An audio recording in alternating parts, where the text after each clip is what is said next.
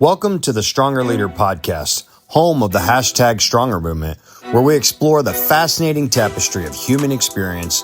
I'm your host, Tony Cardello.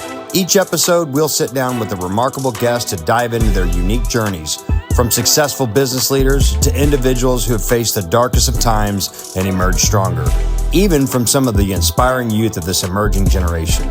We'll also cover essential topics on marriage, leadership, as well as spiritual, physical, and mental health, all in hopes to provide you with the tools and motivation to navigate your own life's challenges. Whether you're here to learn, grow, or simply be inspired, there's something for everyone. So get comfy, settle in, and join us as we embark upon this journey together. Don't forget to hit that like and subscribe button as well. Turn on the notifications so you'll know whenever we drop new content. All right, let's get started.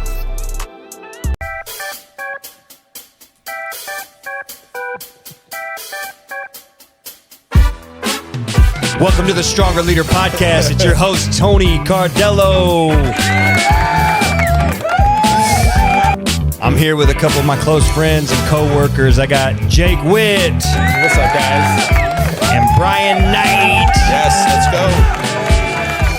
All right. We got a live studio audience here. Just doing what we can. Thank you all for coming up. Not real people.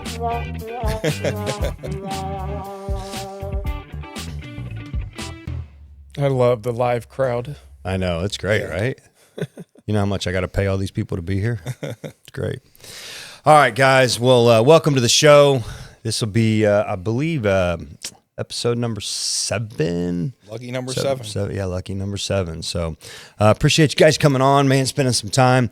So you guys know who these guys are. These guys are general managers in the McCarthy organization. We work together.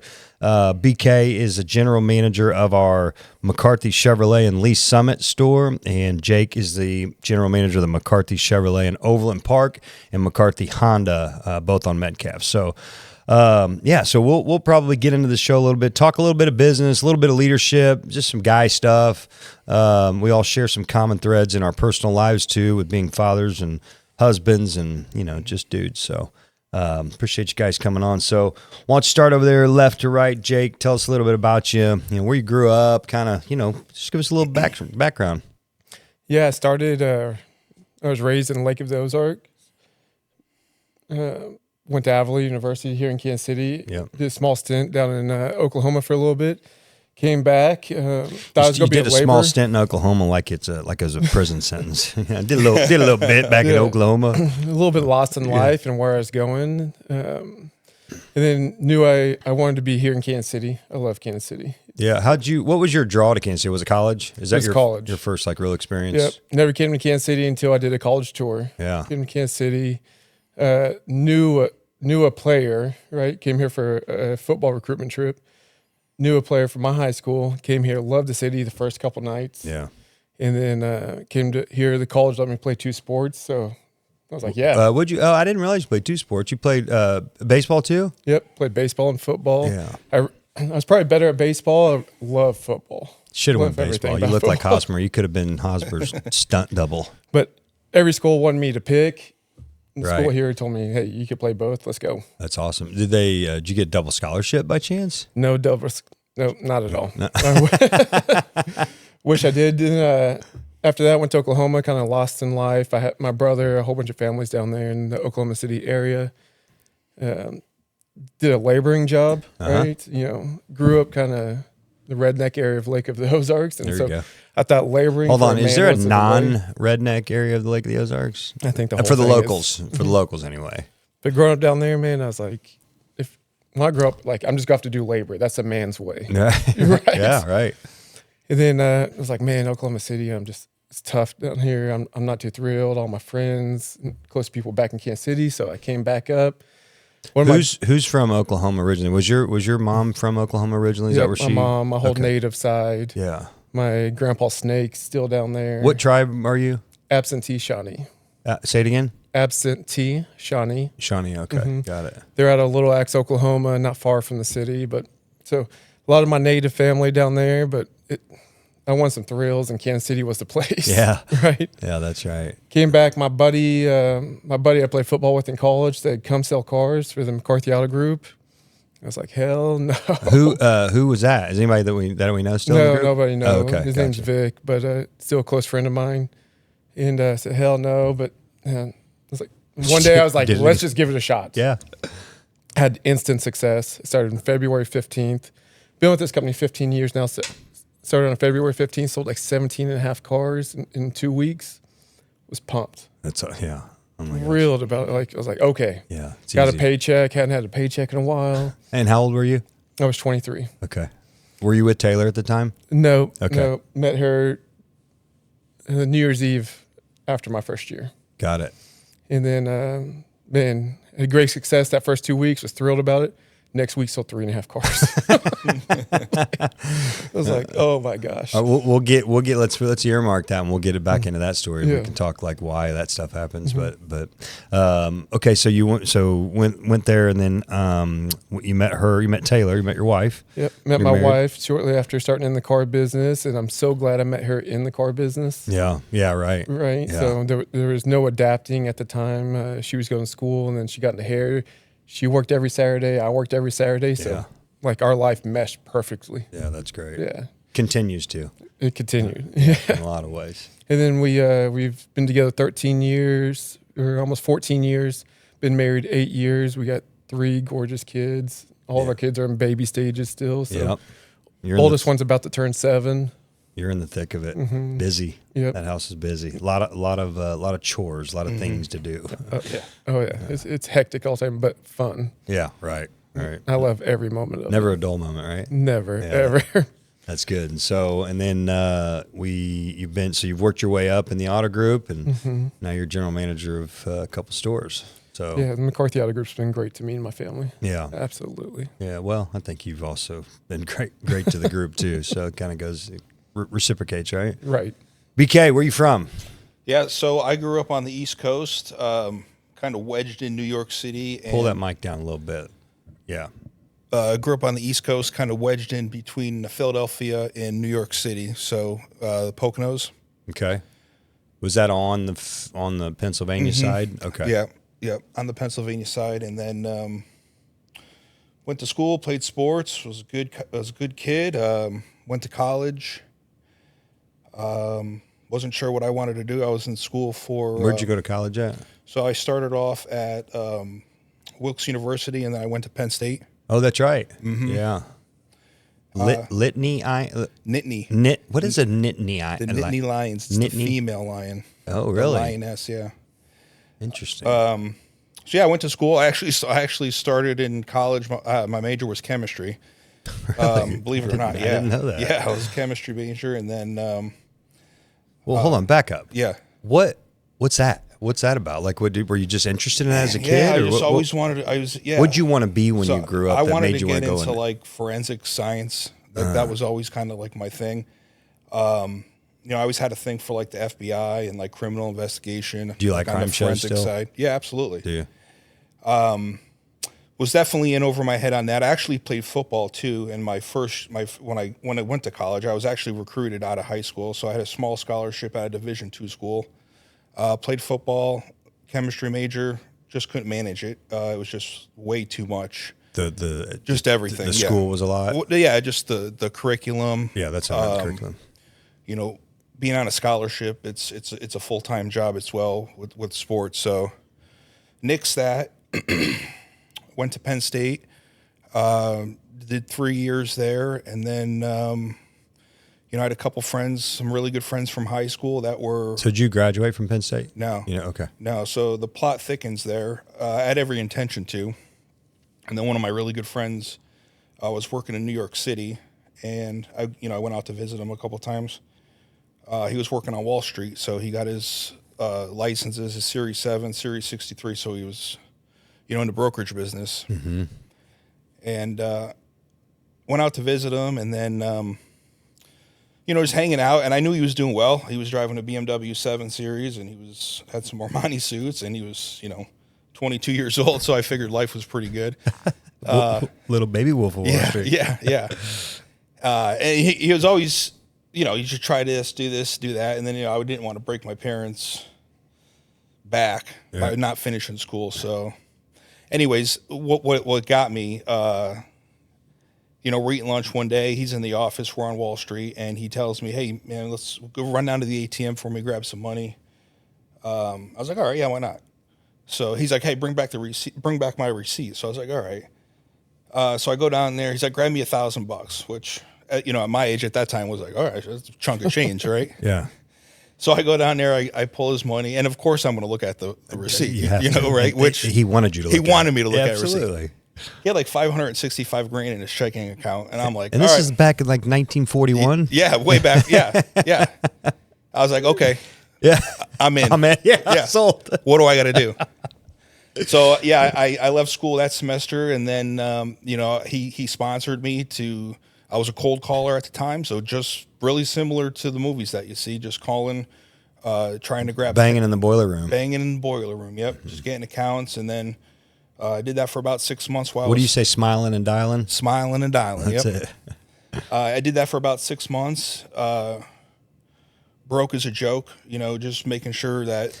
You did not have $565,000. No, I was on me and my one of my friends from high school, one of my best friends, just barely scraping by, but we wanted it so bad that we did what we had to do to make it. So we both finally, got sponsored, study all summer for a Series 7, took it. Sponsored, what's that mean? Yeah, so you can't just take your Series 7. You have to be sponsored by a licensed broker dealer. I didn't know that. Yeah.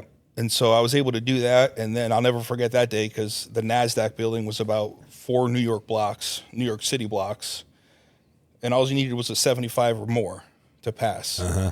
And so you take this test. There's cameras all over the place, so there's no. Yeah. And then you hit your final question. You hit submit, and you get this little Yeah. hourglass thing that keeps going around. I was a 78, and I just remember sprinting back to the office and thinking, all right, let's go. Let's go. Let's rock and roll. So all was good. Did that for about almost a year. And then 9/11 happened. And so it just kind of the tidal wave of all the excitement and, trying to raise money and get going. And as I was just starting to dig my teeth into that, unfortunately, that happened. So what was your largest month ever in that business? Man, I think the most, not really, because it was, just getting started. It was probably about 13, 14 grand. Okay. Which still at that age, sure. I mean, early 20s, that was good. But you're still living at home? Yeah, no kidding. Living at home? No, you went to New York City. Yeah, living in New York City. 13 grand, that's an apartment. Yeah. Now it is. Yeah, exactly.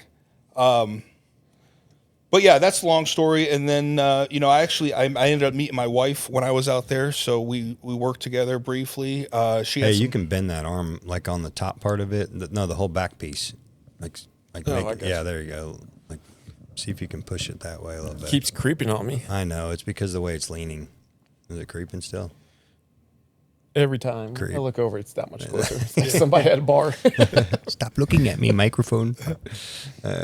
So anyway, all right. Now tell me at one point, tell me about your home life. What you got there? Good, real good. So my wife and I, we've been together now for 26 years. We'll be married for 20 years this March. Okay. We got 2 daughters, one 23, soon to be 24, and the other one is soon to be 18. Got it. So you guys you're getting ready to start living your best life. Yeah. All right. Just had one finish college, and our last one's a junior in high school. So. Tell me how you and Ingrid met. So we met in New York City. We worked together briefly at that firm. Mm-hmm. Okay. And did she do the same thing? She was an administrative assistant. Okay. Yep. So it was a pretty big building that we were in. The floor that we were on was pretty big. So, we'd catch each other passing, and just became fast friends, and nothing of it. And then she had been married at the time. Got it. So her husband, he passed away. He had some rare bone cancer. Passed away at a really early age. So, she was married at the time, and then, she ended up leaving the firm and came back to here, Kansas City, and then I don't know what it was, maybe 6 months to a year, just called me out of the blue. Hey, so you chased her to Kansas City? Yeah, I did, absolutely. Yeah, that's great. Yeah, so she called me, hey, how's things, what's going on, blah, blah, blah, and end of story. That's great. Yeah. That's awesome. And you guys, you've been together how long? 26 years. Yeah, we'll be married 20. Wow, that's great. Jake, how long you and Taylor been together? 13 years. 13 years. Almost 14. That's great. Yep. Yeah, me and Dominique, 20 years together this year. We'll be, I think, 18 years married. It flies. It does. It really does. Especially, once I got out of the woods and stopped being an idiot, life started getting good. And we, started racking up some years, having some fun.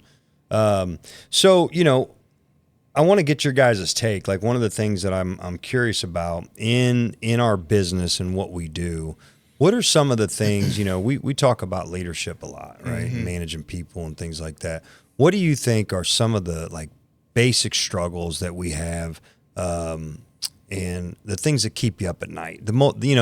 Sometimes just those simplest little things just keep you up at night, and you kind of have the answer either on the tip of your tongue or in your hands, and it just can't figure out how to get it done. Lately we've been talking about the CRM, just doing basic follow-up every day, Yeah. What's those things that keep you up all night? Like, what are some ideas you guys have of how we can process that and actually get people to execute? You threaten them with their job, you talk to them nice, you talk to them bad, you know what I mean? And it just seems, so what do you do?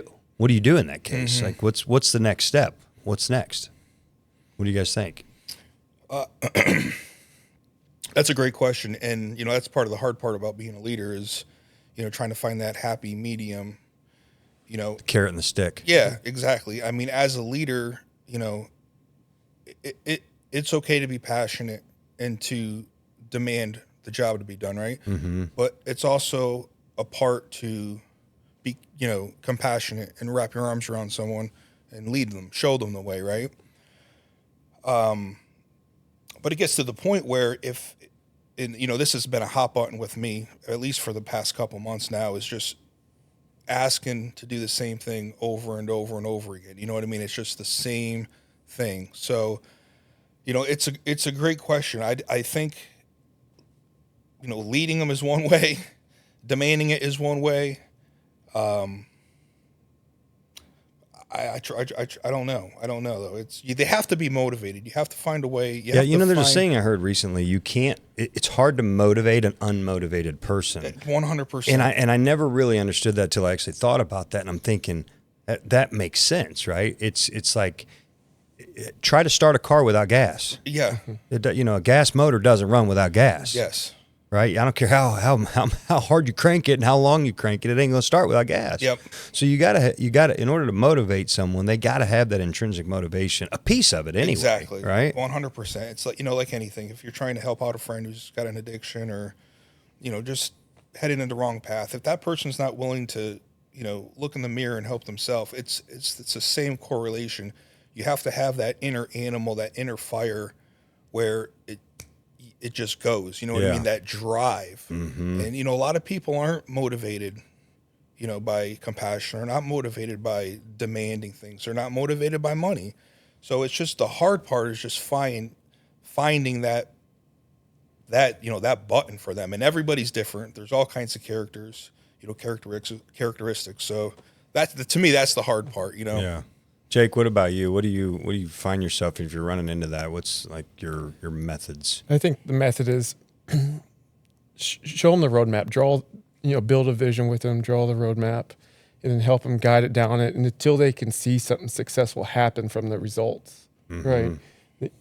There's some challenging things, and the hard part is being disciplined every single day, and to do something repetitive. Maybe it's not everybody's built that way, right? But if we can put our thumb on somebody, put our hand on somebody's back, and then walk them down the steps, and then let them, taste a little bit of success. Yeah, we might develop that people are motivated for money or success or for career growth or something more. But it is challenging. It's challenging today. There's a lot of people that want instant success without the hard work, right? Sure. Yeah. I've been with this company 15 years, and so it's like, I wasn't a GM instantly. Yeah, right? It's hard. It's hard for you to tolerate that because Yes. you both of you guys. You've been with the company how long?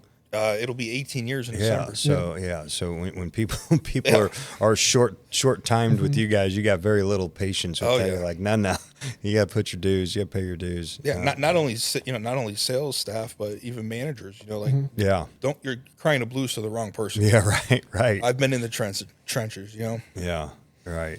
Yeah. So, one of the things I wrestle with, and you guys know me, I'm a pretty compassionate, caring, loving person. And I was just talking to somebody tonight about this.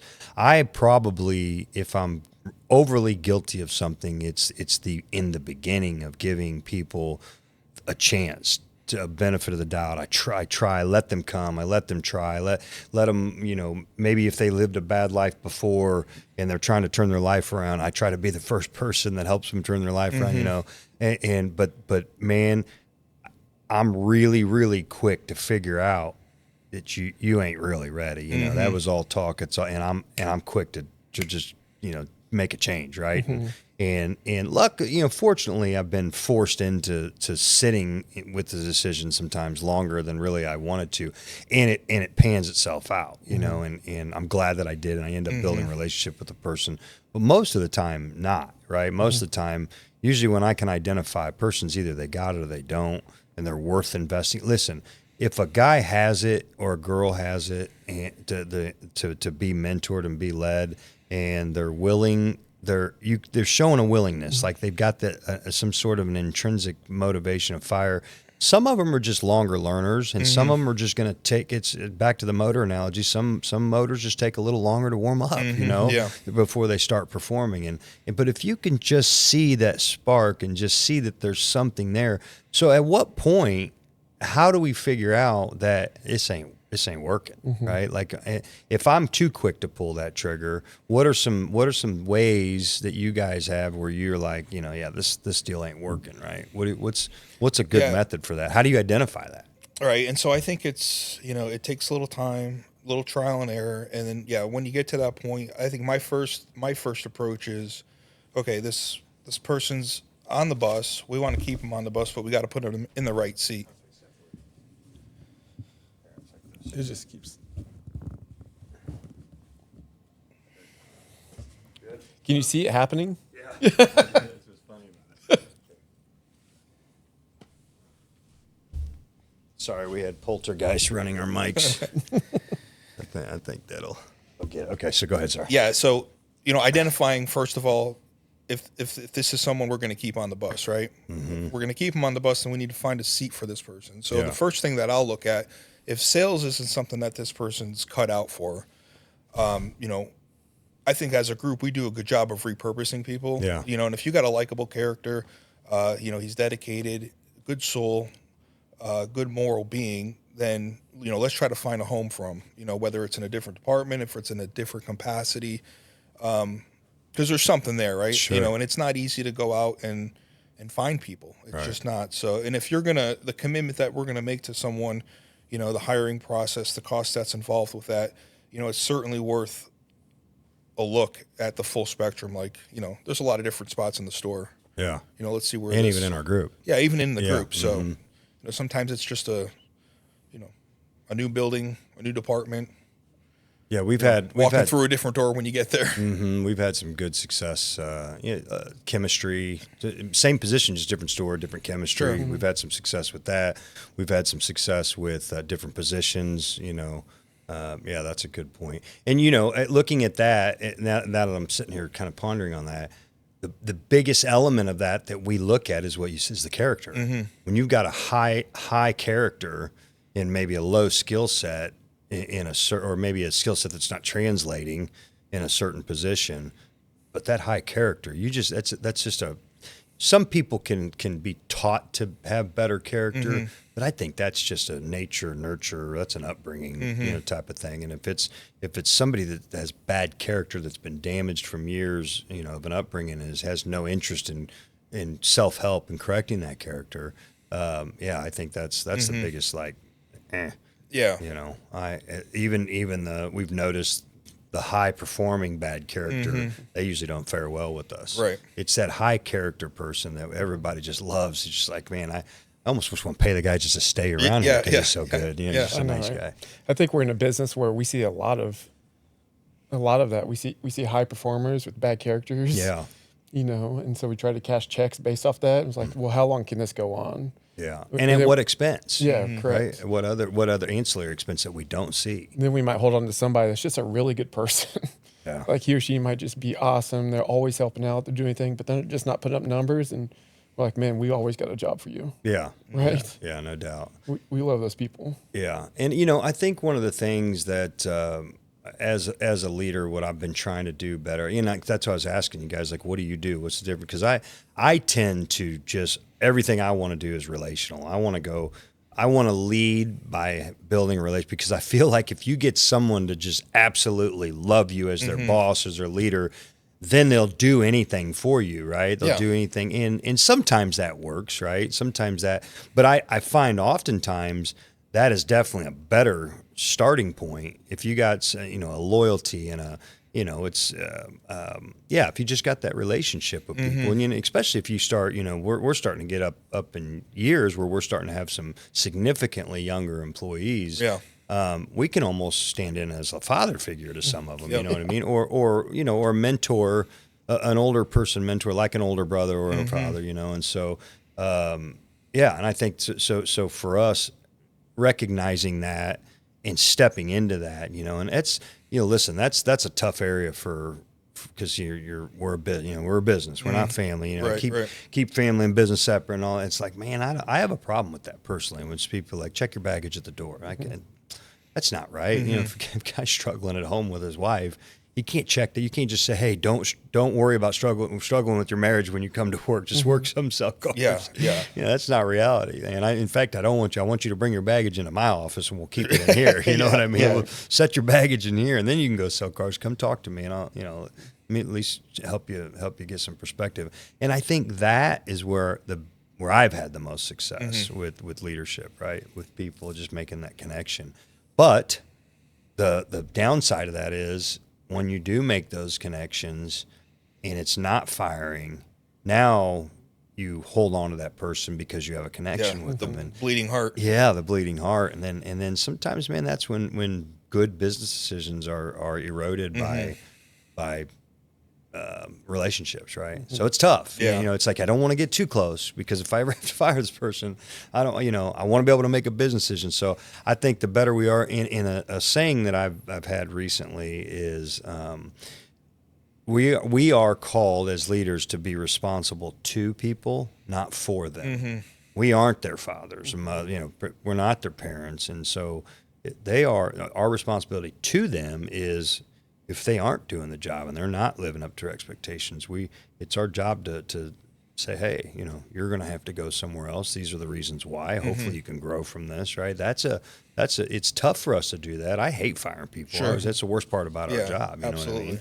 I've been fired and it sucks to go home and have to tell my wife I don't have a job, you know? So I don't want to be the person that does that. But the fact is, sometimes we do have to be the person that does that, and we actually owe it to them to do it. Yeah, 100%. Because if we just, it's like putting them on life support and let them just, if they're just dying at selling 4 or 5 cars a month and they're okay with it because they don't want to go look for another job, or they're afraid to go look for another job, or think, you know, so they'll just sit and be on drip the rest of their life. You know, it's like, man, there's something better out there for you that you can make more money, be successful at. And I get it. You love it here. We love you. And, you know, but you can't do it no more. You got to go. Spread your wings. You know what I mean? Yeah.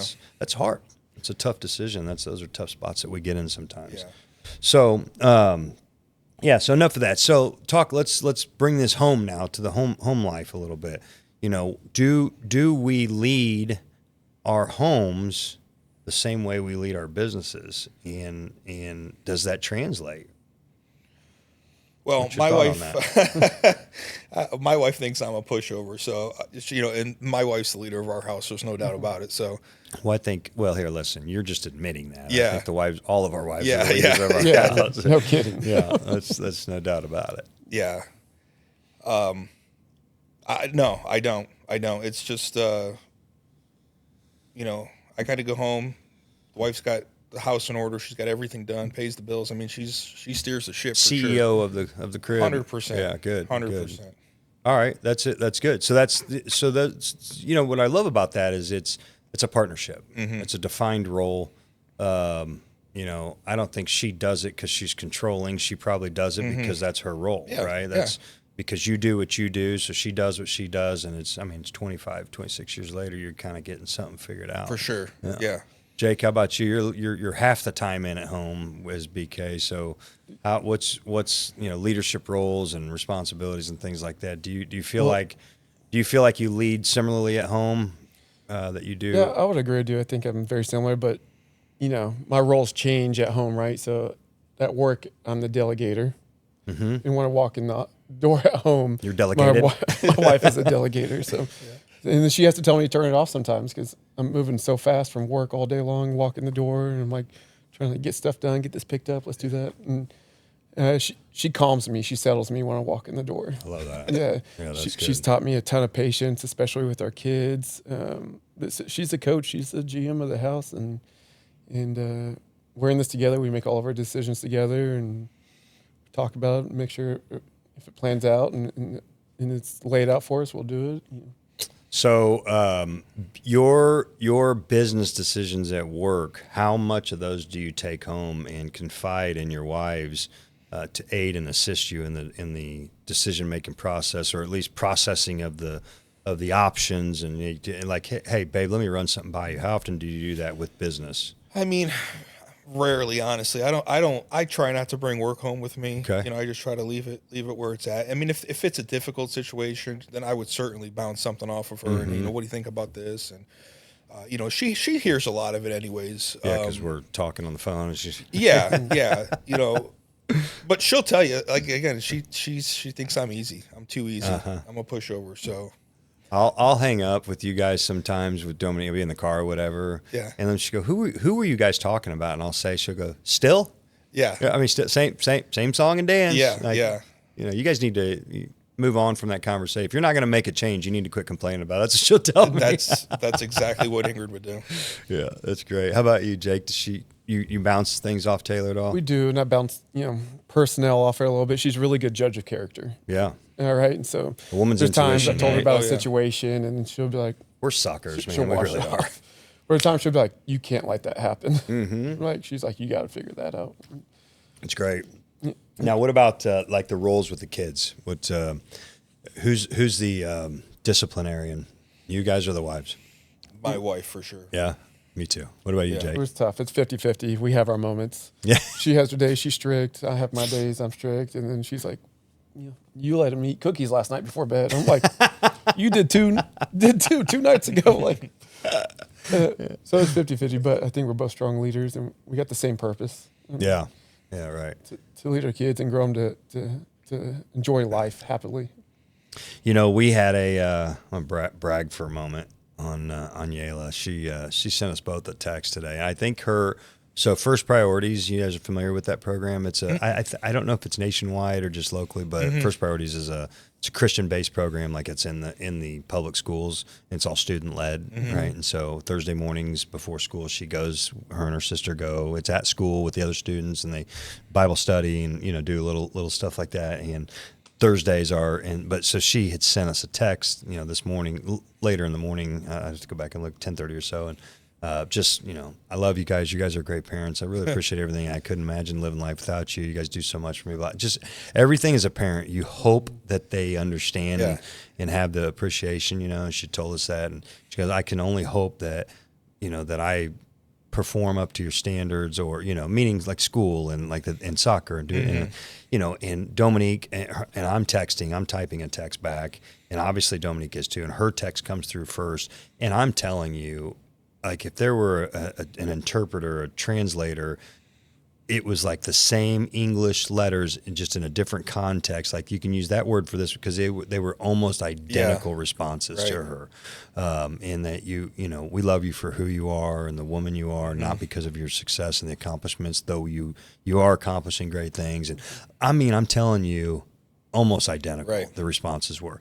And I text Dominique off to the side. I said, this is our responses is why our daughter is doing, why our kids are thriving. So, 100%, so absolutely. I appreciate your partnership, and I just thought it was a pretty special moment for us this morning, especially for me, with the day that I had professionally. So, but yeah, man. So as we, Jake, you're just starting out, and I'm sure, what are some of those, real proud dad moments that you've had? I just had one. Okay, tell me about yesterday. it. I love it. Yeah, so I'm at the house, came home from work last night, hanging out, playing with the pups, sitting on the couch with Ingrid, and our youngest, Marceline, comes home, and she says, "Dad, I got a surprise for you." I was like, "All right, yeah, what do you got?" She's like, "All right, hold on." So she comes back. She, my daughter, she wants to go to art school. Art school, yeah. Uh-huh. And so she drew in pencil, I don't know what it is, 24 by 36. It's a pretty, I took a picture of it. I'll show it for you. I'll show it to you. Okay. She drew a picture of her when she was from another picture. She was, I don't know, probably 8, 9, 10 years old. If I can figure out the video editing, guys, I'll edit it and drop it in here. Yeah. Maybe 8 to 10 years old at the time. Me and her sitting on the couch, I was playing the guitar for her. And it was just like mind-blowing to me, that she took the time to do this. It was pretty special. And she's good. She's good. I'll show it to you. She's really good. Yeah, she entered into a contest last year and she won first place for it. So what's her jam? What's her art jam? Does she like pencil, pastel, paint? Yeah, what's her... I mean, definitely more pencil than paint. Yeah. Yeah. Oil paints or just any particular kind? Not really. Not really paint much. She's more pencil. So she's like color pencil. Regular pencil. Yeah. I don't know all the. Yeah, I don't either. I just know there's paint. Technical terms for it, but pen, it's pencil, pretty damn good though. I was impressed. I was like, that's so cool. Was it all black and white? No, there's some color in there color? too. Yeah, I can't wait to see it. That'd be cool. So I said to her, "Why does my hair look so thin?" I was a lot younger then. That's great. Yeah, I'll show it to you guys. It was pretty special. It was something. But more than that, my kids are older now. When my kids were Jake's age and even your age for that matter. I mean, I was grinding. I was doing finance, so I was out of the house quite a bit. At the office, working late nights. So, the sacrifice that we make is, you do miss a lot of different things. So, but yeah, there's certainly moments along the way. So let's talk about that for a minute, and then Jake, I'm going to come over to you for a second. That's big. That's a big thing we need to talk about. We need to address because there's a stigma with the car business that the divorce rate's high and that kids are messed up and whatever else. And so how do you combat that? Because you got a good group of girls. And so what do you think you've done over the years? Because you've had to sacrifice some time. So what do you do to make up that? You can't make up time. You can't manufacture time. So what do you do to make up for the loss of time? Have you been intentional? Oh yeah, about time. What you do with them. Yeah. So when I'm home, like when they were younger, like just playing instruments around them, or doing Legos, or anything we could possibly do. My daughters weren't very. I don't want to say athletic, but sports was never really they just had no interest in thing. it. Yeah, I mean they've tried some different things and it just never panned out. They were more on the artsy side, so creative. Yeah, love it. So well, you are too. Very much so. Yeah. And all that woodworking and music, woodworking, and have they ever done any woodworking projects with you? No, really. No, it's interesting. Yeah, no. Because you probably don't want them to get out of my shop. They're just you get territorial. They're artsy, but they're still girly girls. Yeah, they don't want to get dirty. So, but yeah, the biggest part of that is me not being there. Ingrid is she's a Jersey girl, grew up in New Jersey, so she kind of rules with an iron fist. She does. She's seen it all, heard it all. So there's just not much getting past. Yeah, you're not getting much over. Yeah. So. All the credit, really to her for them turning out as well as they did. So, it's been a true blessing. So she's done a pretty good job of raising you too. And me too. Yes. Jake, how about you? Any as the girls are starting to get older, any proud dad moments like where you're starting to really see your parenting taking some traction? You know what I mean? Well, I'll tell you, we're in the stages right now because our oldest one is 6, about to be 7. Then we have one that just turned 5 and a 2. So it's like every day is a wow moment. There's always something new, something evolving. Like my son catching a football. Yeah, that's great. It's pretty impressive. He's going to the NFL. My Ray, my middle child, just started school for the first time this year. By force, on her force. Yeah, she forced it. Yeah, she man, her sister's in school and she was dying to go, so we put her in early education. And that story is great. Hey, BK. So his middle daughter, the oldest was going to school, and the other one's getting ready to go. She said, "I'm going to school too." Right. Like, well, we don't have school for you. Like, well, you better get one. Yeah. So The heck you don't. She forced them into putting her in school.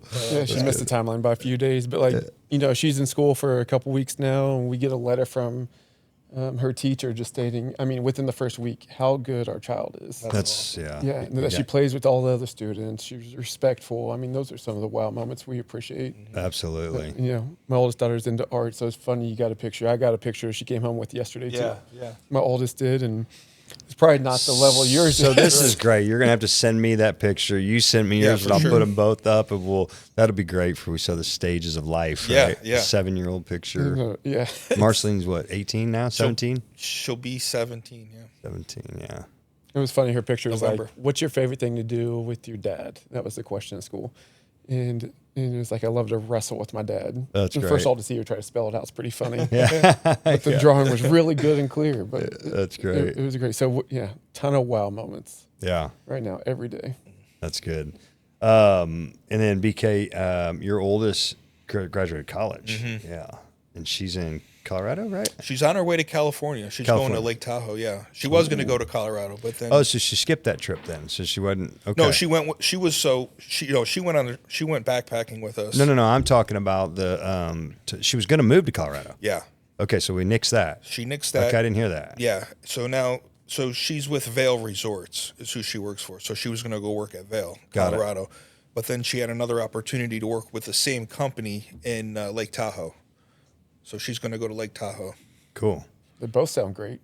Yeah, I know, right? Yeah, I don't think you can go wrong either way. she's really into snowboarding, and she's going to be an instructor. And Oh, that's freaking just cool. kind of, God bless her, man. Yeah. She's in her 20s, and she's going to Living her best experience life. some good stuff. Yeah. Yeah, because man, I've for the longest time I wanted to get out of Kansas City, and it's just like the further every day, every year that went by, girlfriend, engaged, married, kid. It's like every life event that happened, that dream of going somewhere else went further and further away. Now there's just no shot. And to be quite frank, I don't know that I would want to leave Kansas City. We're raising our family here. Our families are all here, so it's good. But what's next for you guys? Anything on the horizon? Like yeah, I know. So you got some dogs recently. That's been your latest project, right? Yeah. And we'll put a link to your YouTube. What's your YouTube channel? It's Corso Aegis. Okay. Yeah. What's Aegis? What's So that's the Roman. It's a Latin term for shield. ah? Yeah. So Corso is like the guard shield, like your. Got it. Okay. All right. I knew you're always thoughtful about stuff like that. Yeah. You go into your Italian roots. So we'll put a link to that down below too for people to follow along with that. Career wise, what's your ambitions? You good where you're at? Are you wanting to you want to own one day? What's kind of what's your thoughts? What goes through your head? Are you thinking about retiring? You better not. No. Yeah. What's on the horizon for you? Man, I don't want to say I'm content, but I'm certainly still learning, still growing. I want to keep getting this store to thrive and continue to be the number one store in the area. New cars, number one in the group. So, I got a lot of work to do with where I'm at. Of course, if the future provides more opportunity, then I would certainly want to embrace it. But I'm still learning. This business is constantly changing. There's a lot of spinning plates, and there's a lot of meat on the bone left. So, I'd be happy, continuing to do with what I'm doing. Getting better. We talk about that 1%. Yeah. Just getting better every day, and then if the opportunity comes by, I would certainly entertain, taking on some more obligation. Jake, what about you? What's Man, right now, growing our two stores, or the two stores I'm a part of, trying to do something big with our Chevy and Overland Park store, and take that from a small egg it is now and grow it into something big in the city that's talkable and comparable and competitive. And the same thing with the Honda store. We've been on the lower side of the city, and we want to grow market share over there. But both, I'd really like to, over the next year or so, develop and retain people. Yeah. And offer career paths and have the stability that I'm not worried about people going anywhere, and just make that solid foundation that I walk in this huddle, everybody knows the play and we're executing. Yeah. Right. Yeah. And that's a huge relief in business when you have the trust with all your peers and subordinates. It's development over the next year with our teams would be huge for me. Yeah. Good. I had something on the top of my mind I was going to ask both of you guys. What about on your personal lives? Dang it. I had something on the tip of my tongue. It was about. Okay, we'll move on. It'll come back to me. But, yeah, I'm getting old. So anyway, all right. So okay, if I know what it was. You at one point had mentioned something about, and Jake, you too, doing some business with your wife. Like you guys were the I know you're into the cold plunge stuff. Weren't you? Didn't you and Ingrid have something in mind about doing something like that with some kind of wellness of some sort? Mm-hmm. Yeah. So we went when we were overseas. We went to some really cool spas, if you would. The Blue Lagoon in Iceland. There's another one, I forget the name of it. Anyways, it was really cool. Like these are like world renowned. Yeah. The features, we talk about steam rooms and cold plunges and the geothermal lagoons, the pools they have. You feel really good about yourself. You feel cleansed, you feel clear minded. And you're always like, man, this would be cool to have something like this at home. Obviously you can't bring the geothermal water with you, but and yeah, we're really big into hot and cold exposure, saunas and steam and cold water exposure. It's been great for us. So yeah, we tossed around the idea of potentially doing something like that. Mm-hmm. That's still. It comes and goes, honestly. Okay. We noticed. I mean, you haven't trashed it. You haven't we're not doing it, but right. But you just haven't gone. Okay. Yeah. All right. I've got probably 100 different things. That's good. That are filed. Yeah, you got an entrepreneurial spirit. Yeah. Anyway. Jake, you do too. Like your latest deal was with the Stanley Cup thing. Mm-hmm. Didn't you guys? I kind of I don't know why I felt like you and Taylor had an idea of doing something at one point. Am I not? Yeah, we don't. Nothing really. Well, then maybe I'm just thinking a million little ideas. I'm like, maybe the Stanley. Just a hot idea. So tell me about the Stanley Cup thing. Did you? You don't have to go all into it, so you don't give your secrets away. But did you? Have you trashed that altogether, or we kind of put a complete stop. That's kind of thrown aside, and we haven't put much more into it. Okay, well, how come? Don't really have a good reason. I mean, life kind of happened at home with the kids and work. Evolved from going from a GSM to a sales manager to a GM, and then an opportunity to take over 2 stores. And then we had 3 kids back to back to back. How do you find your cadence? That'll slow down about any business plan. Yeah. I think there's a lot of good business ideas out there, and I probably have a million of them. Yeah. And half the time you Google them, they might exist already. Right. Yeah, I know, right? But I heard, so I can't remember who was saying it, but they said when that business idea comes to you, you need to write it down instantly. And there's what you probably thought of, somebody's probably already invented already, but if you could really put some horsepower and put everything into it, you might be better than the next guy. Yeah. Right. But I'm sure there's so many good business ideas that are forgotten that they think of in the moment, and they just drop and walk away, and then it's something that could have been huge. Mm-hmm. It's funny because we think about like inventions, and you look around, and it's always that stupid small Post-it note's the one that gets me. Mm-hmm. Yeah. Like who thought of it? Yep. Somebody told me the story recently how that even came about, and I can't remember what it was, but it came from just a random thought idea, of that. And look at what it is today, right? It's creating something you need that you don't know you need. Yeah, right. That's the invention spirit. I think convenience is the name of the game, right? For everything. Now, especially nowadays. Yeah.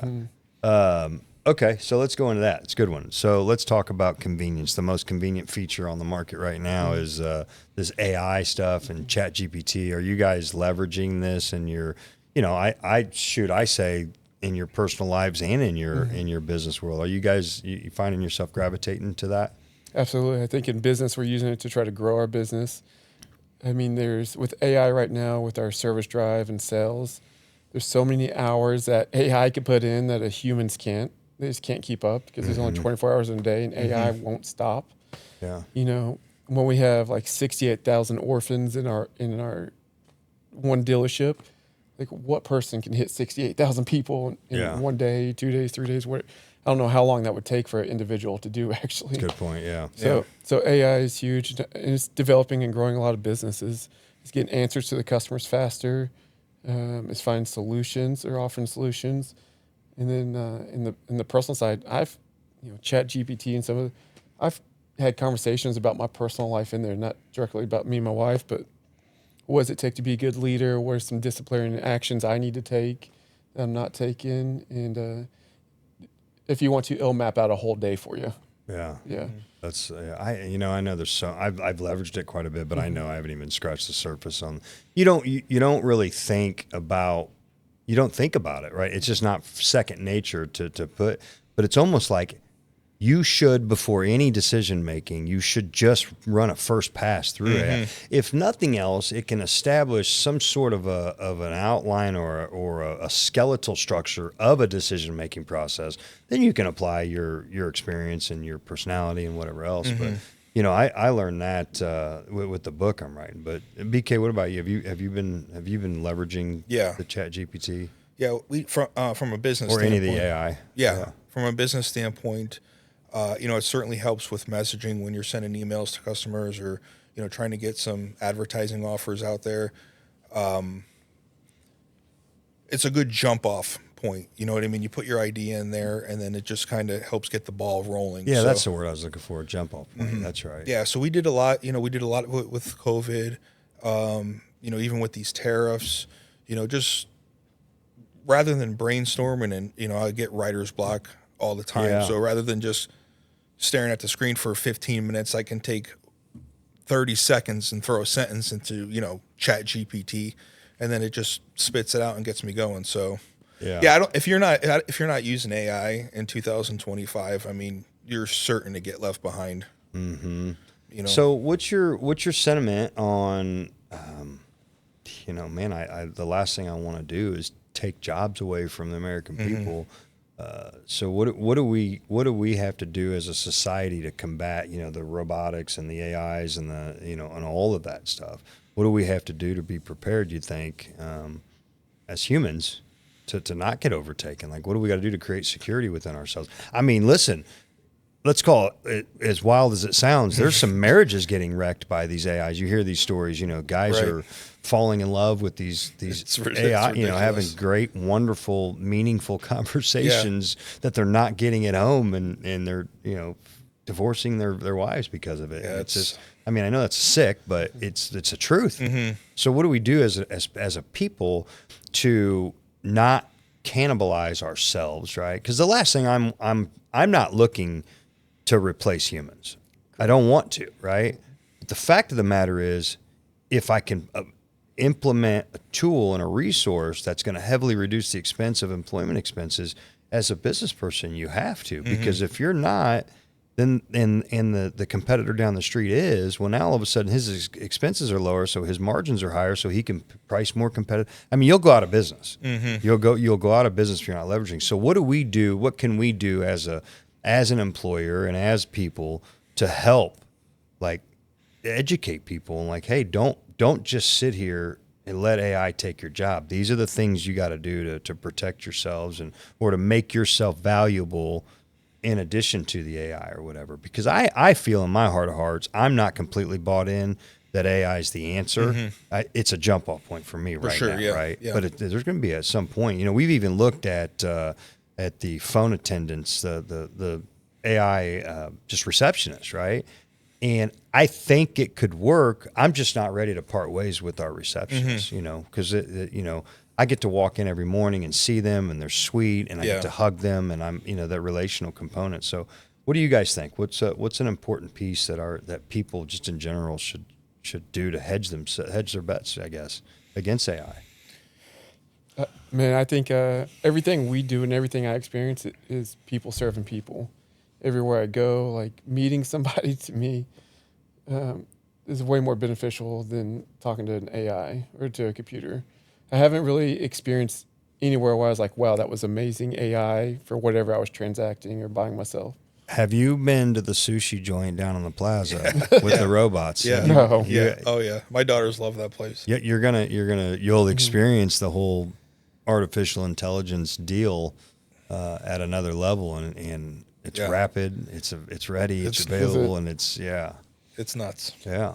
But to combat it, I think we just have to continue to groom our staff, our people, be empathetic, with the customer, that we're people serving people at a high level. Mm-hmm. All right. We help cause, adrenaline. We help get people talk to that little child inside them that helps them, I hate to say buy impulsively, but get them excited about an automobile. Yeah. AI might spit out a whole bunch of facts, but I don't know if it can do that. I don't know if it can start the car for them and give it that loud vroom. Yeah, right. Feel of the wheel seals the deal. Right. Mm-hmm. Yeah. I will tell you, I did have my first experience with, actually, I didn't, one of our salespeople negotiating with AI. A customer came in and used ChatGPT on their trade-in. We walked around the car, we saw damage, we looked Kelly Blue Book, JD Power, all these book values. First thing he did, sat at the desk as soon as we laid a proposal down, picked up his phone, and it's like, what is my 2017 Kia market value worth at trade-in value? All right, and then boom, it said 18 to 20 grand, we had to offer 17. Wow. And then, of course, he picks a high number. Yeah. He didn't want to talk about the fender hanging off the car out the parking lot. He didn't tell AI that part. Yeah, but right. It was my first time experiencing that. And he's like, man, I think I just lost a deal to AI. Wow. So we reevaluated, and I think we went out and got the deal because we're trying to put a person in the car, stepped up. But it was unique. That It is was different. wild. Yeah. That is different. It's good for that customer, leveraging that, right? That's cool. What about you, BK? What do you think? Like, how do we hedge that? I mean, how do we hedge that? Yeah, You know what I mean? I don't know the answer to that. It's difficult, and we're in the early stage of this, so That's what I'm talking about. Yeah, it's gonna get layered in a lot more. I just think learning the systems, still learning the craft, I think will go a long way. There's companies out there that are fully automated on AI right now, but they still hire humans because the humans have to be the fact checkers, go in there and do the checks and balances. But I don't know. I really don't. It's kind of like, text messaging. Everyone wants to text now. No one wants to talk now. Mm-hmm. So I don't know. I really don't See, know. this is where I get back in, and maybe it's confirmation bias, right, for myself, because I'm a relational person. So I look for ways where what I do well works, right? Yeah.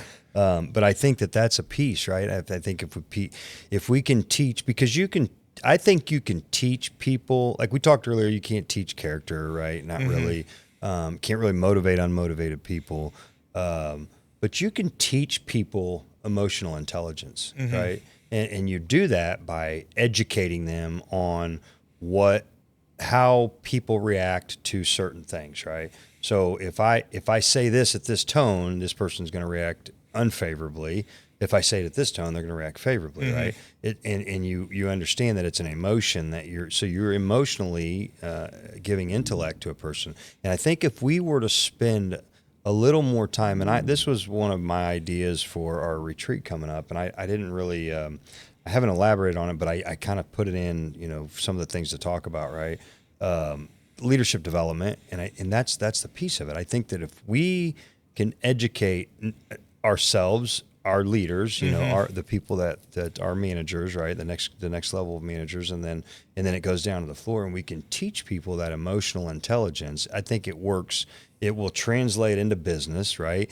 It will hedge that AI thing, because you can't really emotionally connect with AI, though some people are in some cases. But there's nothing more than that face to face or the tone of the voice. Right. That's why I've been really big on making phone calls. And I'm noticing, if you guys, and again, confirmation bias maybe, but I'm noticing some of the guys that have been doing this a while, the veterans that are good on the phone, they're starting to have some separating success. You know, like Sammy. You know, sure, that's he's great on the phone. Yeah. You know, and he's first to the phone because he is so good on the phone. Yeah. You know, and so, but he's able to with tone. He's able to create an emotional connection. So I think that if that's the way for us that we're going to be able to hedge the future, is making relationship and making emotional intelligence a very, very important thing. Well, then because AI's not going to be able to take that. Right. They're not. They just can't. And I think that, like, if I'm being advisory at all to the American people, put yourself in a position that a robot can't take your job, right? I mean, doctors, there's some robotics that do some of that, but you know, there's still, you got to still feel here, you got to hear, you got to feel the temperature, right? I mean, there's a lot that a doctor can do, nurses, or, you know, a lot of that service industry type stuff like that, or medical industry. But any people to people, like what you said, you know, we got to be careful in our business, because there are this CarMax, Carvana, there's kiosk style of the elimination of the salesperson, right? Yeah. So Amazon, yeah. Right. So I think our way to combat that is by making the human experience so overwhelmingly good that someone knows and hears about that, and they don't want the AI experience. They would much rather, I want to go experience what these people are saying they experience by going to these stores. Exactly. You know? I think humanity as a whole, we're social characters. Supposed to be. Yeah, Right. we were social animals. Yeah. We all want that. You know, we want more likes on social websites and all that. But if we look back at COVID happened. All right. We all had to stay in our homes. We got closer with our families. Yeah. And what happened after COVID? You know, restaurants opened up. How hard was it to get into a restaurant after COVID was over? Really hard. Everything was booked. Yeah. Everybody wanted to get out of the house. Exactly. So I don't think AI can take over, you know, our industry or our connection with the people. Yeah. I think people want to see it. People want somebody to hand them the keys. They want to see them drive off in that brand new car they just bought, right? I don't think we'll ever lose that touch. Now, could we make processes and efficiencies better with AI? Absolutely. Yeah.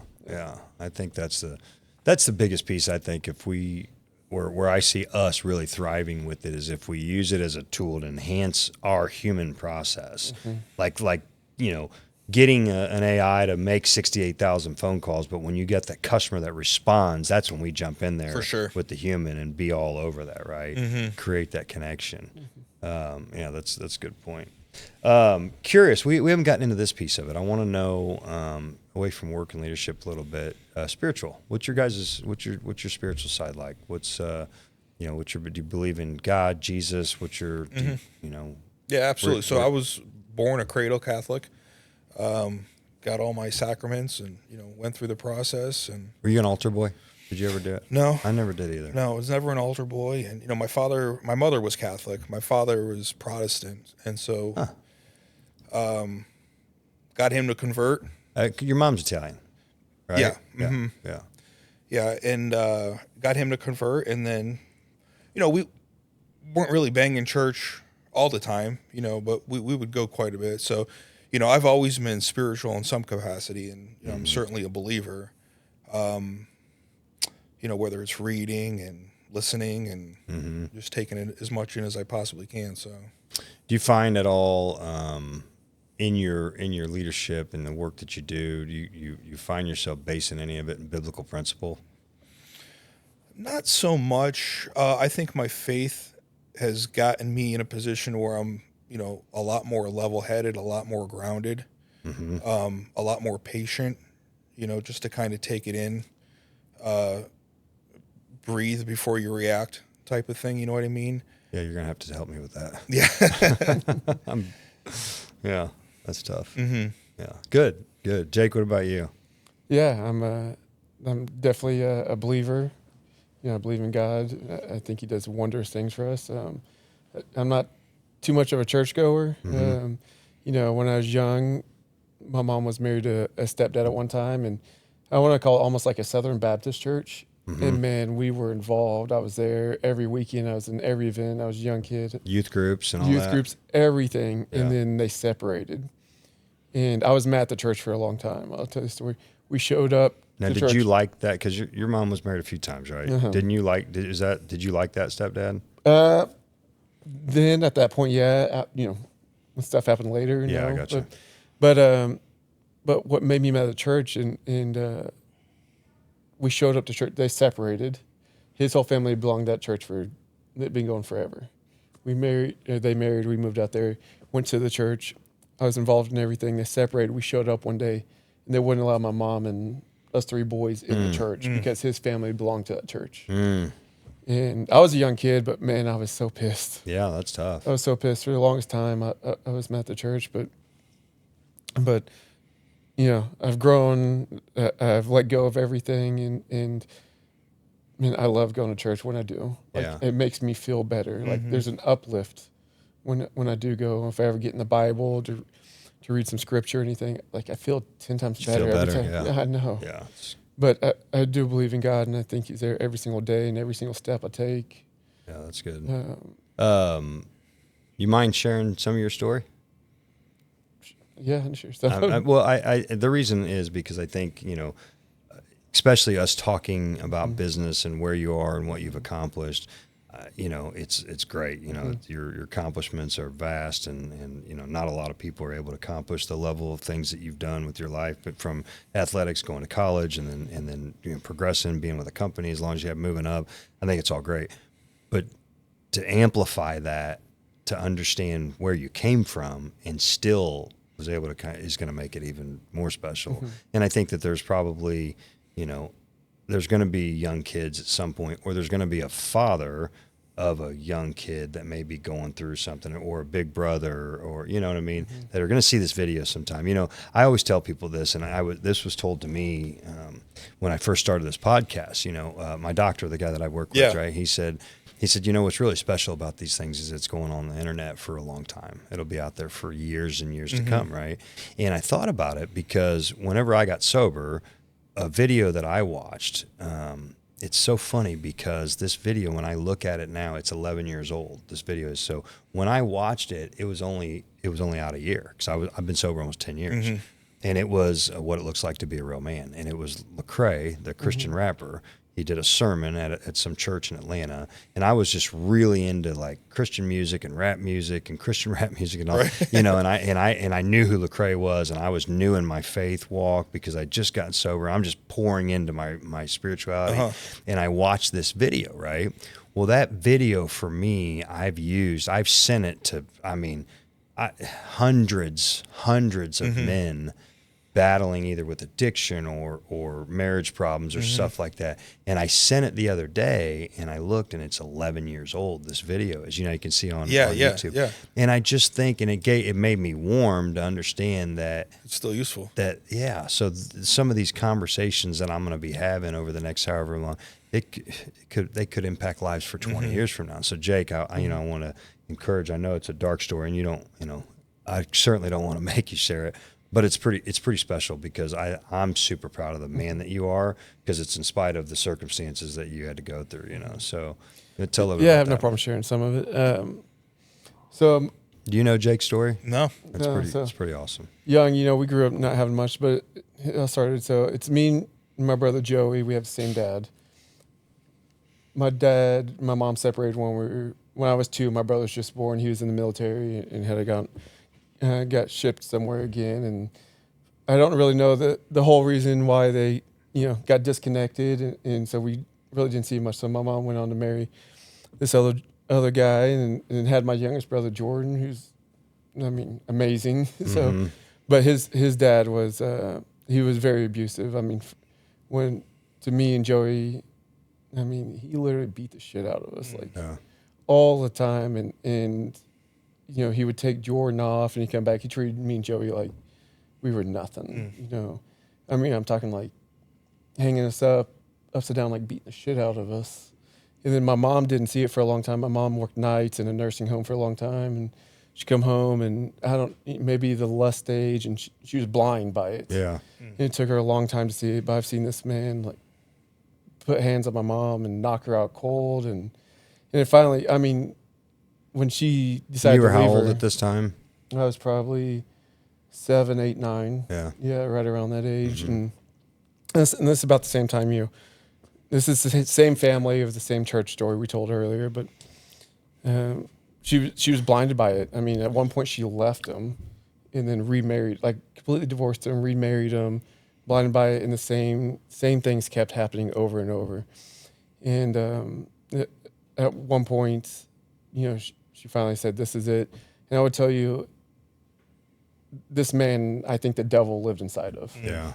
I mean, this is how bad he was. Evil. And so it made me lose a lot of respect, but it was challenging. My mom was a hairdresser, 3 boys. A lot of late nights, a lot of me just taking care of my brothers. You were the oldest? Yep, I was the oldest, and it was chaotic. And then my mom held me to a responsibility, to lead my brothers, and it was challenging. And then I took the brunt of it all, like if things weren't done properly. And how old were you at that time? Like 13, 14? Probably getting into 12, 13, yeah. And then I would So you're tell the man you, of the house at 13. And then shortly after that, I would tell you a man that kind of changed my life is my previous stepdad. And he showed me what a real man was. He took my mom, 3 boys in. I would tell you that. And he gave us all the respect. He added onto his house. He showed my mom all the respect in the world, gave her whatever she wanted to. But the man didn't miss a step at work. He taught me my work ethic. He demanded I was working for him when I wasn't in school or playing ball. He was at every sports game. That completely changed my vision of Did you feel loved? what a man looks like. Felt like I had that dad. Yeah. I mean, it was huge. I mean, night and day different human beings. Did you end up calling him dad? I never really called him dad. I think I was of age where Yeah. it's like it was a weird. I Awkward. wasn't a toddler or anything. But I would say he's been the best dad father figure to me I've ever had, and I respect him till this day. I'll give the guy anything. Yeah. Yeah. So my mom passed away, unfortunately, but he's still back in Lake Ozark. He owns a service station. How did your mom get in a car wreck? Was that No. She died of cancer. Got it. Yeah. And but he got me into automotive. He owned an automotive service station, so full pump gas stations. Did you work Right. at the service station? Every Saturday. Did you really? Every summer. You pump gas? Starch blue jeans. I would go out and pump people's gas. Did you have the towel in your back pocket like on the movies? windshield checked oil. Yeah. Check tires. Right. Fill it up. Every once in a while, I'll get a quarter from an old lady. That's awesome. And of course, they never come in the nice days. It's always like the freezing cold days or the blistering hot days. Was this a full service gas station or did they have other pumps as well? Full, It was only- both. they have both, It's like a okay. 10% premium to go to the full Yeah, service. yeah. But it was a rough childhood. I mean, we battled a lot at times where my mom questioned on like buying us school clothes or food. You know what I mean? We lived in a trailer for a long time. We bounced around. There were times like when I was young, she dropped me off with me and my brother with my aunt for like a year in Oklahoma. Then we would live with our grandmas in the summertime. So it was just hard. Life was hard. Yeah. The question I have is, because I've known you, for several years now, and I would, when you stereotype someone and their character, right, how people act, you can usually kind of dial in their family dynamics, and knowing Jake, as long as I knew you before I knew your backstory, I was blown away by it because you're not stereotypical on paper, rough, troubled childhood. So have you always just been kind of were you always just kind of a good kid, or was there a point in your life where, was there ever, were you an asshole? Were you a bad kid? Were you a renegade ever? Or were you always just a really good person? No, I don't think I was. Yeah, I was never a bad kid. My brothers would tell me like I'm the one that tries to hold everything together. Yeah, it's usually what the oldest one does, right? Yeah. And so, but I'm extremely proud of myself, my brothers. We came from this rough childhood, and I love my mom to death. So, I'm not definitely speaking ill, but she married a couple times, right? And me, my brothers, we're all married in long relationships. We all have families. My youngest brother's about to have his first child, and we are tight. That's great. Yeah, my family was separated for so long for all the drama and whatever was going on. My mom had me at 16. Yeah. And so I know life is Babies hard. having babies, that's Right. tough. I had my first daughter at 29. Yeah. And then she had 3 boys by the time she was 21 and by herself. And What do you think? How'd you break the cycle? Like, what do you think? I mean, you had God in your life. You know, God had His hand in your life, whether you were accepting it or believing it or knew it. You know, I know that there's a God element in that. You know, you were built and created for something bigger and better, and fortunately for you, you've stepped into it. But what is it? So statistically, for an entire family of kids to break the cycle is a complete anomaly. They never have that, much less one of them, right? And so, why do you think? What do you attribute to that? You know, did your I can't even know where that would even come from. How'd you all three end up good? Because you guys are all pretty successful in your jobs. You get families. I mean, you guys got it going on, man. You're blessed. Well, I think we grew up tight. Yeah. You know, it was us 3 boys, and sometimes just us for days. And whoever was coming or going, like it was us 3. But I'll tell you, my mom left everybody. She had a huge heart, and I think that bled into us at the end of the day. And then I think people have fallen in my life at the right times. And I think that's, you know, could be a message from God, but I think God puts people in the right place at the right time. 100%. And I've been fortunate that I've been able to kind of maybe sit back. I don't always speak up, but sit back and kind of watch and kind of favor who I think would benefit me in that scenario. And then try to follow what they do. Yeah. I mean, if they have a good characteristic or quality, and you're like, man, I respect that. Yeah. Yeah, that's what I want to do. That's what I want to be. Yeah, I want to look like that. Because Yeah. lost for a long time. I mean, and you know, to meet you've been huge in my leadership still. My mother-in-law and father-in-law have been huge in my life. Yeah, they're great. They're awesome. I mean, just little things here and there that I've picked up on that have helped out. And me and my brothers always held it tight. We held each other accountable, not afraid to call each other out. Yeah, that's good. What's Messing the up. age difference in you guys? Me and Joey's within 2 years, and Jordan's within about 5 years. Yeah, that's great. Yeah. I'm proud of you, man. Extremely proud of you. Thank you. Yeah, it's an honor to be your friend. That's for sure. BK, you had some years in your life where you got off the rails a little bit, right? Where you were partying, and was that the New York City stuff? Or Yeah. So, you know, God challenged me at a pretty early age. I don't know if you know this or not. Maybe I told you, maybe I haven't. My junior year in high school, I was in a really bad car accident. I did not know. Yeah, this. with 4 of my friends and my high school sweetheart, my girlfriend. You know, she ended up passing away And that accident.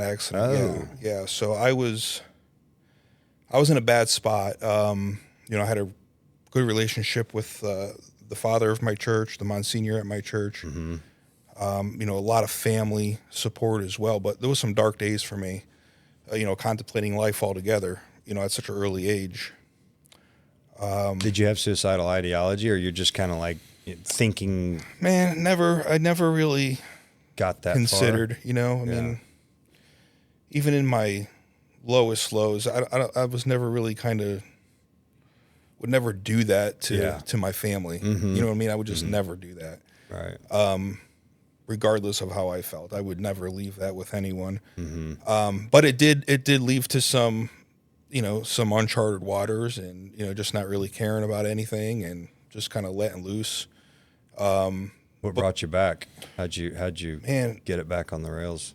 Really, the biggest thing that stands out for me is a friend of mine, a neighborhood friend of mine, and his brother-in-law, who I, you know, hung out with quite a bit. Good people. Man, we went on a smelting trip, is what it's called. Smelting. Tell me about that. Smelt are these little fish that swim in these streams in the Finger Lakes in upstate New York. Huh. And it's just kind of like Jake, do you know anything about smelting? you cook them, they taste like French fries. Is this a fish? It's a fish fry. This was the and I didn't realize this until later in life, but this was certainly a turning point for me. It was just the 3 of us. It was, you know, we were camping in his little pop-up camper on his truck. Cold as hell. You know, it's wintertime in New York, upstate New York.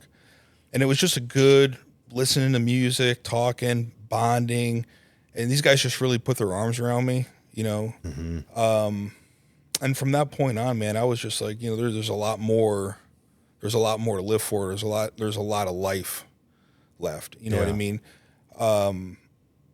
You know, I left with, you know, I lived, and still do, you know, to this day with, you know, a little bit of guilt, obviously, you know. Sure. But, you know, it certainly made me stronger, you know, and, you know, getting through, you know, the grieving and all that certainly took a lot of time. So I bet. You were a junior in high school? That's tough. yeah. Man. Wow. Man, I didn't know that. Thanks for sharing that. That's wild. That's wild. So what do you guys think? How important is it for you know, men specifically to be in community and be vulnerable with each other, be able to be open with each other? Is that you know, something you practice, believe in, wish you did more of? You know, what's your take on that? Yeah, for me, it's a little bit different not being from here. You know, some of my closest friends who would do anything for me, you know, and I there's a handful of them that I talk to these guys. Isn't that the rule? If you die with a handful of friends, you did well. Yeah. You can count them all in one hand. Yeah. And these guys, I talk to these guys several times a week. I mean, it's constant conversation, just check-ins, you know, how you doing, how's things, how's work, you know, so on and so forth. Mike Pass, is that one of them? It's Mike Sapienza. Sap. Yeah, Mike Sap. Mike Sap. Yeah. But that's who you get your lines from. Yeah. But my, you know, my benchmark's at home, man. It's my wife. You know, she knows me better than I know myself, and you know, she calls me out, and she, you know, that's where the vulnerability comes from. You know what I mean? So it's, you know, it's more than just being husband and wife. I mean, we're truly best friends, and it's great. Yeah, she keeps me together. That's good. How about you, Jake? You got, you know, any men's circles that you? Well, yeah. I mean, me and my brothers. Okay, I mean, yeah, we're best friends. I guess that would be. We could be opposite sides of the countries. I feel like we're telepathic. We talk to each other. Almost like I think almost like Siamese, where one's hurting, like your arm hurt, my arm hurts. Not everybody's fortunate, you know, have a blood brothers. Yeah. But I think there's, you know, I got friends that I consider brothers and family. So I think it's huge. You know, I think as a leader, what changed part of my trajectory is finding the right partner. Yeah. Right. I think it's beneficial. I think my wife has changed my life and helped point me in the right direction. And then I tell you, everything that's happened in my life, like it was wild growing up. It was crazy, hectic, you know, getting to college and everything. It was fun, wild, deviant. We're doing all this crazy stuff. But my wife aligned me, and then I helped find purpose in what I'm doing and what direction we're going. And so I give everything to her on that. And then as a manager in hiring, I look for people that have a good relationship with their spouse. Yeah. I think it's huge. I mean, I wish the freaking stupid, whatever the laws are that keep us from asking certain questions in HR. I want to go straight in. Like, are you married? Do you love your wife? Does she love you? In fact, bring your wife to the, bring your husband. I think it would be huge if we could do that, right? It's because it tells a lot. It tells a lot. It's everything. You got a terrible marriage, you know. You ain't gonna do me any good. Yeah. All right. So that's a whole subject for another day. You're right. Well, you know, the wife part. Oh, I was gonna share something with you guys. It came to my mind when we were talking about like guys and stuff and friends that I call brothers, like you said, right? So Tony Jr. was asking me the other day. He's like, Dad, who's like your best friend? And I was like, you know, probably Ross. And he's like, no. I like just a friend though. And I'm gonna go, well, yeah, Ross. And he's like, no. Ross is like family. Like just a friend. And I'm like, Ross is not family. He's just a friend. He's like, what do you mean? Like, buddy, I mean, we're not related at all. We're just friends. But at that moment, it dawned on me that my son is making the relation making the connection of a relationship of that of family, like that I'm so close with this person that he would consider them family. Right. So it was a great opportunity. I'm glad I had the moment there and was able to recognize it. And I told him, I said, son, that's what a friend is. And if you can't consider a friend your family and brother, and then that's not really a friend, it's just an acquaintance, right? And that's okay to have those too, right? But a friend is someone who you would consider family. And he's like, it kind of, light bulb went off. Yeah. And he's like, all right, will you buy me Robux? We quickly run on the next. But yeah, I think, back to the relational piece. And it's just cool that at 10 years old, he's starting to make those connections, right? And so I think families are made by blood and bond. 100%.